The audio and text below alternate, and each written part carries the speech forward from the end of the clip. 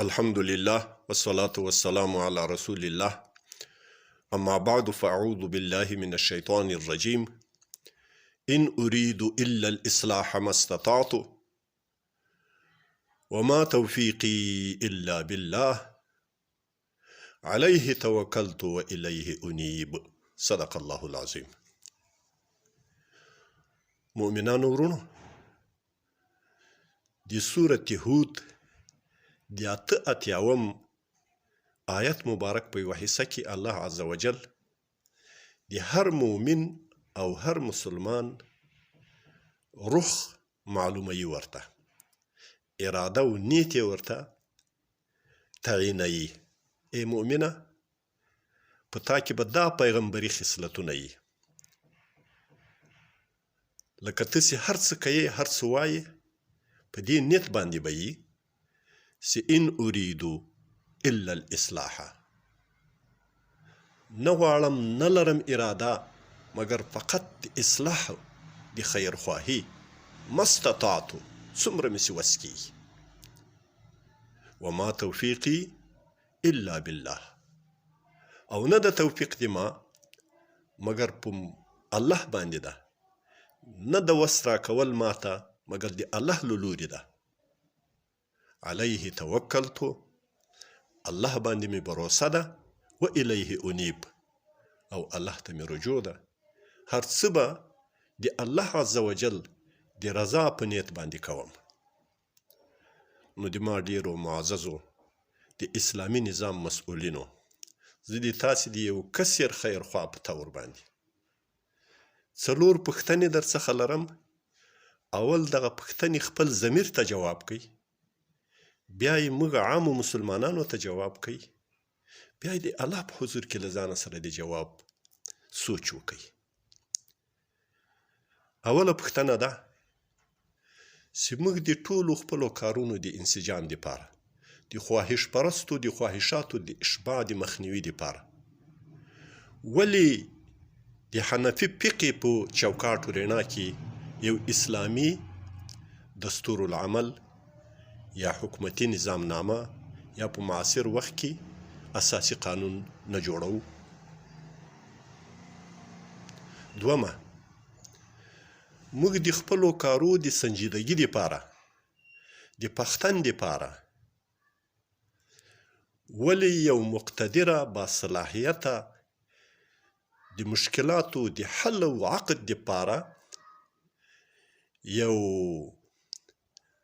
له خبیرو متدینو متبحرو علماو څخه جوړه مشورتي شورا نه لرو، تر څو هغه وکولای سي چې له نړیوالو معادلاتو سره د هغو د سناګانو د هغو د پارلمانونو په مقابل کې موږ همدغه د حل و عقد شورا لرو. که د هغو وفود راځي، د موږ همدغه وفد سره مخامخ کېږي. که د موږ وفد ورځي، له همدغه شورا چې ورته تشکیلیږي.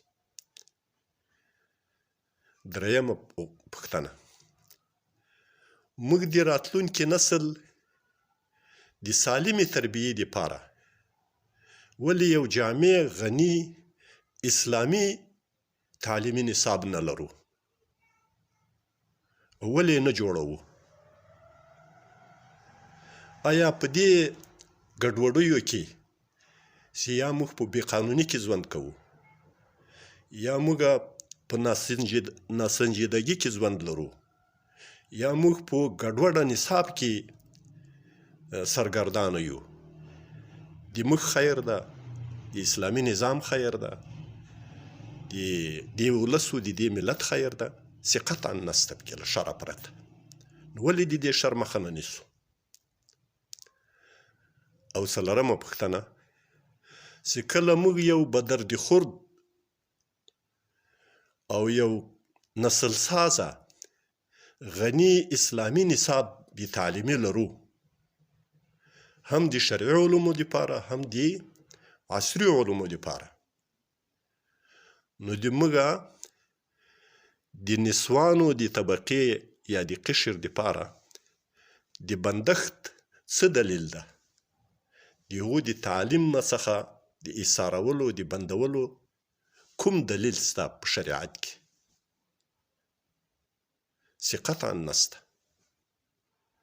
که ځینې کسان دا وایي چې دلته بې حیایي ده، عریاني ده، فحاشي ده، اختلاط ده،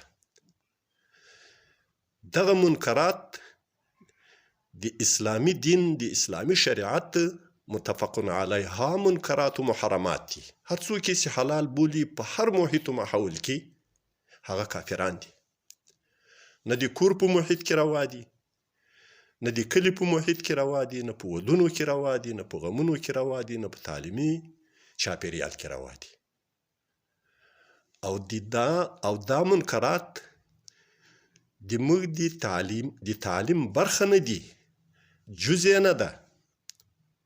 دا منکرات دي، محرمات دي، او تعلیم د موږ فریضه ده، د موږ رڼا ده.